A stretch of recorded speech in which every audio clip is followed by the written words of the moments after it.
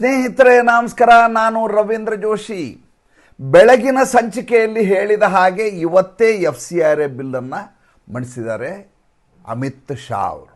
ಧ್ವನಿಮತದ ಮೂಲಕ ಅಂಗೀಕಾರ ಆಗಿ ಹೋಗುತ್ತೆ. ಇದಕ್ಕೆ ಯಾವುದೇ ರೀತಿಯಾದ ತಾಪತ್ರಯವೂ ಇಲ್ಲ, ಅಡಚಣೆಯೂ ಇಲ್ಲ. ಆದರೆ ಸಂಸತ್ ಅಧಿವೇಶನವೇ ನಡೆಯಲಾರದ ಹಾಗೆ ಅರಾಜಕತೆಯನ್ನು ಸೃಷ್ಟಿಸಬೇಕು ಅನ್ನುವಂಥ ಒಂದು ಹುನ್ನಾರ ಇತ್ತಲ್ಲ, ಆ ಹುನ್ನಾರ ಸಂಪೂರ್ಣವಾಗಿ ವಿಫಲ ಆಯಿತು. ಯಥಾ ಪ್ರಕಾರ ನರೇಂದ್ರ ಮೋದಿ ಅವರ ಸರ್ಕಾರ ತನ್ನ ಸಂಕಲ್ಪ ಏನಿದೆ ಅದನ್ನು ಈಡೇರಿಸುವಂಥ ಕ್ಷಣ ಬಂದೇ ಬಿಡ್ತು. ಭಾಳ ಮಜಾ ಬೆಳವಣಿಗೆ ಆಗ್ತದೆ. ಈಗ ಕಾಲೇಜ್ಗೆ ಹೋಗ್ತೇವೆ ನಾವು. ಕಾಲೇಜಲ್ಲಿ ಒಂದಿಷ್ಟು ಜನ ಬ್ಯಾಕ್ ಬೆಂಚರ್ಸ್ ಇರ್ತಾರೆ. ಇವರು ನಾಮಕೆ ವಾಸ್ತೆ ಕಾಲೇಜಿಗೆ ಅಡ್ಮಿಷನ್ ಮಾಡಿಸೋದು. ಬೆಳಗ್ಗೆ ಎದ್ದು ರೆಡಿಯಾಗಿ ಕಾಲೇಜಿಗೆ ಬರ್ತಾರೆ. ಕಾಲೇಜಿಗೆ ಬಂದು ಯಾವತ್ತೂ ಕ್ಲಾಸ್ ರೂಮಲ್ಲಿ ಕೂಡಲ್ಲ. ಒಂದು ಒಳಗಡೆ ಇರುವಂಥ ಕ್ಯಾಂಟೀನಲ್ಲಿ ಒಂದಷ್ಟು ಹುಡುಗರು ಕೂಡಿಸ್ಕೊಂಡು, ಪುಂಡ ಹುಡುಗರನ್ನು ಕೂಡಿಸ್ಕೊಂಡು ಗಲಾಟೆ ಮಾಡ್ತಾ ಇರ್ತಾರೆ. ಇಲ್ಲ ಅಲ್ಲಿ ಲಾನಲ್ಲಿ ಕೂತಿರ್ತಾರೆ, ಇಲ್ಲ ಅಂತಂದರೆ ಕಂಪೌಂಡಲ್ಲಿ ಕೂತಿರ್ತಾರೆ.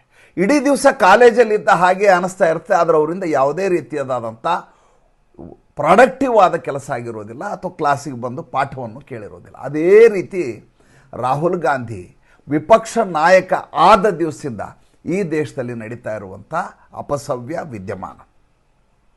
ರಾಹುಲ್ ಗಾಂಧಿ ಸಂಸತ್ತಿಗೆ ಎಲ್ಲ ವಿಪಕ್ಷ ಬರೋ ಹಾಗೆ ನೋಡ್ಕೋತಾರೆ. ಆದರೆ ಬಂದ ಮೇಲೆ ಸಂಸತ್ತಿನ ಒಳಗಡೆ ಅಧಿವೇಶನದಲ್ಲಿ ಪಾಲ್ಗೊಳ್ಳಲಾರದ ಹಾಗೆ ಮುಂಚೆಯೇ ಒಂದು ದೊಡ್ಡ ಹುನ್ನಾರವನ್ನು ಮಾಡಿರ್ತಾರೆ.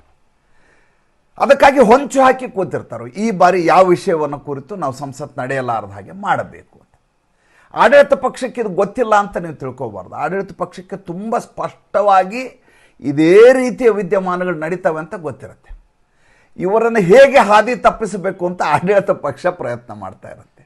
ಈ ಬ್ಯಾಕ್ ಬೆಂಚರ್ಸ್ ಇದ್ದಾರಲ್ಲ, ಈ ಬ್ಯಾಕ್ ಬೆಂಚರ್ಸು ಕಳೆದ 22ನೇ ತಾರೀಕಿಂದ ಈಚೆಗೆ ಅತಿ ಹೆಚ್ಚು ಗಲಾಟೆ ಮಾಡಿದ್ದು ಏನಪ್ಪ ಅಂತಂದರೆ, ನರೇಂದ್ರ ಮೋದಿ ಅಮಿತ್ ಶಾ ಯಾಕೆ ಬರ್ತಾ ಇಲ್ಲ, ಸಂಸತ್ ಅಧಿವೇಶನದಲ್ಲಿ ಪಾಲ್ಗೊಳ್ತಾ ಇಲ್ಲ. ಪ್ರತಿ ದಿವಸ ಅದೇ ಅಮಿತ್ ಶಾ ಗಾಯಬ್ ಭಯ, ಅಮಿತ್ ಶಾ ಗಾಯಬ್ ಭಯ, ಅಮಿತ್ ಶಾ ಗಾಯಬ್ ಭಯ, ಅಮಿತ್ ಶಾ ಗಾಯಬ್ ಭಯ. ರಾಹುಲ್ ಗಾಂಧಿ ಹೇಳೋದೇನು, ತಾನು ಈ ರೀತಿಯ ಉಪರಾಟಿಗೆಯನ್ನು ಮಾಡಬೇಕು, ಅಲ್ಲಿ ಅಮಿತ್ ಶಾ ನೋಡ್ತಾ ಅಸಹಾಯಕರಾಗಿ ಕೂತಿರಬೇಕು. ಇದು ಈತನ ಮನದ ಅಳಲು. ಅಮಿತ್ ಶಾ ಇದಕ್ಕಿಂತ ಭಾಳ ಚಾಲು. ಅವರು ಎಂಥ ಚಾಲು ಅಂದರೆ, ಸಂಸತ್ತಿಗೆ ಬರ್ತಾರೆ, ಸತತವಾಗಿ ತಮ್ಮ ಆಫೀಸಲ್ಲಿ ಕೂತಿರ್ತಾರೆ, ಗೃಹ ಸಚಿವಾಲಯದಲ್ಲಿ. ಅದರಲ್ಲಿ ಸಭೆಗಳನ್ನು ನಡೆಸ್ತಾರೆ. ಅಜಿತ್ ಡೋವಲ್ನ ಕರೀತಾರೆ, IB ಚೀಫ್ ಡೈರೆಕ್ಟರ್ ಕರೀತಾರೆ, ಬೇರೆ ಬೇರೆ ವಿದ್ಯಮಾನಗಳನ್ನ ಮಾಡ್ತಾರೆ, ಬೇರೆ ಬೇರೆ ಸಭೆಗಳನ್ನ ಮಾಡ್ತಾರೆ. ಇವ್ರದ್ದು ಎಲ್ಲ ಸಂಸತ್ ಅಧಿವೇಶನ ಮುಗಿದ ಮೇಲೂ ರಾತ್ರಿ 11 ಗಂಟೆವರೆಗೂ ಅಲ್ಲಿದ್ದು ಎಲ್ಲ ಚಟುವಟಿಕೆಗಳನ್ನ, ತಮ್ಮ ಎಲ್ಲ ಪ್ಲ್ಯಾನ್ಗಳನ್ನೇನಿದೆ ಅದನ್ನ ಎಕ್ಸಿಕ್ಯೂಷನ್ ಮಾಡಿಸಿ ಅನುಷ್ಠಾನಕ್ಕೆ ತಂದು ವಾಪಸ್ ಹೋಗ್ತಾರೆ. ಇದು ನುಂಗಲಾರದ ತೂಗ್ತಾಗಿಬಿಟ್ಟಿದೆ. ಈ ಮಾತನ್ನು ಒಂದು ಸಲ ಅಸಾದುದ್ದೀನ್ ಓವೈಸಿ ಕೂಡ ಹೇಳಿದ್ದಾರೆ ಮೊನ್ನೆ. ನನಗೆ ಯಾಕೋ ಅನುಮಾನ ಬರ್ತಾ ಇದೆ ಅಮಿತ್ ಶಾ ಬಗ್ಗೆ. ಅಮಿತ್ ಶಾ ಯಾವತ್ತೂ ಕೂಡ ಸುಮ್ಮನೆ ಸಮಯವನ್ನು ವ್ಯರ್ಥ ಮಾಡೋದಿಲ್ಲ. ಅವ್ರ ಕಚೇರಿಯಲ್ಲಿ ಕೂತಿದ್ದಾರೆ ಅಂದರೆ, ಅವರೇನೋ ಕೆಲಸ ಮಾಡ್ತಾ ಇದ್ದಾರೆ ಅಂದರೆ ಮುಂದೊಂದು ದೊಡ್ಡದಾದಂಥ ಬಾಂಬನ್ನು ಅವರು ಹಾಕ್ತಾರೆ. ಆ ಅನುಮಾನ ನನಗಿದೆ. ಅವ್ರು ಏನಾದರೂ NRC ಜಾರಿಗೆ ತರ್ತಾರ ಅಂತ ನನಗೊಂದು ಸಂದೇಹ ಕಾಡ್ತಾ ಇದೆ ಅನ್ನುವಂಥ ಮಾತು ಹೇಳಿದರು. ಅದರ ಉದ್ದೇಶ ಇದ್ದದ್ದು ಈ ಸಲ ಅದಲ್ಲ. ಭಾಳ ಮಜಾ ಇದೆ ಈ ಸಲ. ಏನಂದರೆ, ಇವತ್ತು FCRA ಮುಗಿಯತ್ತೆ ಬಿಡಿ, ಅದೇನು ಸಮಸ್ಯೆ ಅಲ್ಲ. ನೋಡಿ, ಅಮೇರಿಕೆ ಯಾವ ರೀತಿ ಒತ್ತಡ ಹಾಕ್ತಾ ಇದೆ ಅಂದರೆ, ಹೇಗಾದರೂ ಮಾಡಿ ಇದನ್ನು ನಿಲ್ಲಿಸಬೇಕು ಅನ್ನುವಂಥ ಪ್ರಯತ್ನ ಮಾಡ್ತಾ ಇದ್ದೀವಿ. ನೋಡಿ, FCRA ಬಗ್ಗೆ ತಮಗೀಗಾಗಲೇ ಬೇಕಾದ ಸಲ ಹೇಳಿದ್ದೀನಿ. 3 ಫ್ಯಾಕ್ಟರ್ ಅದರಲ್ಲಿ ಬರುತ್ತೆ: supervision, management, disposal of foreign contribution and assets ಅಂತ. ಇದಕ್ಕೆ FCRA ಸರ್ಟಿಫಿಕೇಟ್ ಇರಬೇಕು. ಈ FCRA ಸರ್ಟಿಫಿಕೇಟು ಪ್ರತಿ ಸಲ ರಿನ್ಯೂವಲ್ ಮಾಡಬೇಕು. ಪರ್ಮಿಟೆಡ್ ಮತ್ತು ಬಾರ್ಡ್ ಅಂತ 2 ರೀತಿಯ ಆ್ಯಕ್ಟಿವಿಟಿ ಇರುತ್ತೆ. ಪರ್ಮಿಟೆಡ್ ಆ್ಯಕ್ಟಿವಿಟಿಗೆ ನಿಮ್ಗೆ ಅವಕಾಶ ಕೊಡಲಾಗುತ್ತೆ. ಒಂದು ವೇಳೆ ಪರ್ಮಿಟೆಡ್ ಆ್ಯಕ್ಟಿವಿಟಿ ಬಿಟ್ಟು ನೀವು ಬಾರ್ಡ್ ಆ್ಯಕ್ಟಿವಿಟಿ ಅಂದರೆ ನಿಷೇಧಿತ ಕೆಲಸಗಳನ್ನು ಮಾಡಿದರೆ, ಅಂದರೆ ಮತಾಂತರದಂಥ ಕೆಲಸ ಮಾಡಿದರೆ ನಿಮ್ಮದು FCRA ಲೈಸೆನ್ಸ್ ರದ್ದಾಗತ್ತೆ. ಆ ರದ್ದಾದ ತಕ್ಷಣ ನಿಮ್ಮ ಆಸ್ತಿಯನ್ನು ಜಪ್ತಿ ಮಾಡಿಕೊಳ್ಳಲಾಗುತ್ತೆ. ಉದಾಹರಣೆಗೆ ಕರ್ನಾಟಕದಲ್ಲಿ ಬೆಂಗಳೂರಲ್ಲಿ ನಾವು FCRA ಲೈಸೆನ್ಸ್ ತೊಗೊಂಡಿದ್ವಿ. ಜಾರ್ಖಂಡ್ನಲ್ಲಿ ಹೋಗಿ ಮತಾಂತರ ಮಾಡಿದರೆ ನಮ್ಮ ಅಕೌಂಟ್ ಕ್ಲೋಸ್ ಆಗಿಬಿಡುತ್ತೆ.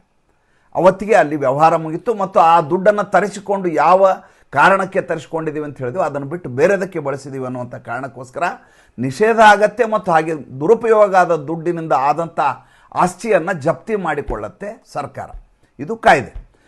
ಇದರಲ್ಲಿ ಪರ್ಮಿಟೆಡ್ ಅಂದರೆ ಯಾವುದು? ಪರ್ಮಿಟೆಡ್, ನೀವು ಶಿಕ್ಷಣ ಮಾಡಿ ಈ ದೇಶದಲ್ಲಿ ವಾಯು ಪ್ರದೂಷಣೆ ಆಗಿದೆ, ಅದನ್ನು ಸರಿ ಮಾಡಲಿಕ್ಕೆ ವಿಚಾರ ಸಂಕಿರಣ ಮಾಡ್ತೇನೆ ಅಂಥೇಳಿ ಬೇರೆ ಯಾವುದೇ ಒಳ್ಳೆಯ ಕೆಲಸಗಳಿಗೆ ನೀವು ದುಡ್ಡನ್ನು ಬಳಸಿಕೊಳ್ಳುವ ಬಗ್ಗೆ ಯಾವುದೇ ಅಭ್ಯಂತರ ಇಲ್ಲ NGOಗಳಿಗೆ. ಆದರೆ ನೀವು ಮತಾಂತರ ಮಾಡಲಿಕ್ಕೆ, ದೇಶವನ್ನು ಅಸ್ಥಿರಗೊಳಿಸಲಿಕ್ಕೆ, ಇಲ್ಲಿ ಪಿತೂರಿ ಮಾಡಿ ಗೃಹಯುದ್ಧ ಆಗುವಂಥ ಕೆಲಸಕ್ಕೆ ಆ ದುಡ್ಡು ಬಳಕೆಯಾದರೆ ಆವಾಗ ಖಾತೆ ಹೋಗುತ್ತೆ. ಇದಕ್ಕೆ 2019ರಲ್ಲಿ ಏನಿತ್ತಂದ್ರೆ ಒಂದೇ ಅಕೌಂಟ್ ಇರಬೇಕು ದೇಶದಲ್ಲಿ, ಎಲ್ಲ ಕಡೆ ಇದರ ಅಕೌಂಟ್ ಇರೋ ಹಾಗಿಲ್ಲ. ಅದು ಪಾರ್ಲಿಮೆಂಟ್ ಸ್ಟ್ರೀಟ್ನಲ್ಲಿರುವಂಥ ಸ್ಟೇಟ್ ಬ್ಯಾಂಕ್ ಆಫ್ ಇಂಡಿಯಾದಲ್ಲಿರಬೇಕು. ಆವಾಗ ಅದನ್ನು ಟ್ರೇಸ್ ಮಾಡುವಂಥ ಒಂದು ಅವಕಾಶ ಇರುತ್ತೆ, ನೀವು ಅದಕ್ಕೆ ಖರ್ಚು ಮಾಡಿದರೆ. ಈಗ ಮಾಡಿರುವಂಥ ವ್ಯವಸ್ಥೆಯಲ್ಲಿ ಏನಂದರೆ ದುಡ್ಡು ಎಲ್ಲಿಂದ ಬಂತು, ಯಾರಿಗೆ ಬಂತು, ಅದರಲ್ಲಿ ಯಾರ್ಯಾರಿದ್ದಾರೆ, ಮತ್ತು ಇದರಲ್ಲಿ ವಿದೇಶಿ ವ್ಯಕ್ತಿಗಳು ಇರೋ ಹಾಗಿಲ್ಲ. NGOನಲ್ಲಿ ವಿದೇಶಿ ವ್ಯಕ್ತಿಗಳು ನೀವು ಸದಸ್ಯರನ್ನು ಮಾಡೋ ಹಾಗಿಲ್ಲ. ಜೊತೆಗೆ ದುಡ್ಡನ್ನು ಬಳಸಿದ ದುಡ್ಡು ಸರಿಯಾಗಿ ವಿನಿಯೋಗ ಆಗಿದೆಯಾ, ಅಂದರೆ ನೀವು ಯಾವ ಕಾರಣಕ್ಕೆ ತರಿಸ್ಕೊಂಡಿದ್ರೋ ಆ ಪರ್ಪಸ್ಗೆ ಅದನ್ನು ಬಳಸಲಾಗಿದೆಯಾ ಅನ್ನೋದನ್ನು ನೋಡಲಾಗುತ್ತೆ. ಇದನ್ನು ಒಪ್ಪಲಿಕ್ಕೆ ತಯಾರಿಲ್ಲ ಈ ದೇಶದಲ್ಲಿರುವಂಥ ಬಿಷಪ್ಗಳು, ಕ್ರೈಸ್ತ ಪಾದ್ರಿಗಳು ಮತ್ತು ಈ ದೇಶದ ಮುಲ್ಲಾ ಮೌಲ್ವಿಗಳು. ಗಲ್ಫ್ ರಾಷ್ಟ್ರದಿಂದ, ಅಮೇರಿಕಾದಿಂದ, ಇವರಿಗೆಲ್ಲ ಜರ್ಮನಿಯಿಂದ, ಅಮೇರಿಕಾದಿಂದ ಇವ್ರಿಗೆ ಬಂದರೆ ನೋಡಿ ಮಜಾ ನೋಡಿ, 65% ಜನ ಜಗತ್ತಿನಲ್ಲಿ ಕ್ರಿಶ್ಚಿಯಾನಿಟಿಯನ್ನು ನಂಬಲಾರದಂಥ ಜನ ಇದ್ದಾರೆ. 35% ಮಾತ್ರ ಕ್ರಿಶ್ಚಿಯಾನಿಟಿ ನಂಬೋ ಜನ ಇದ್ದಾರೆ.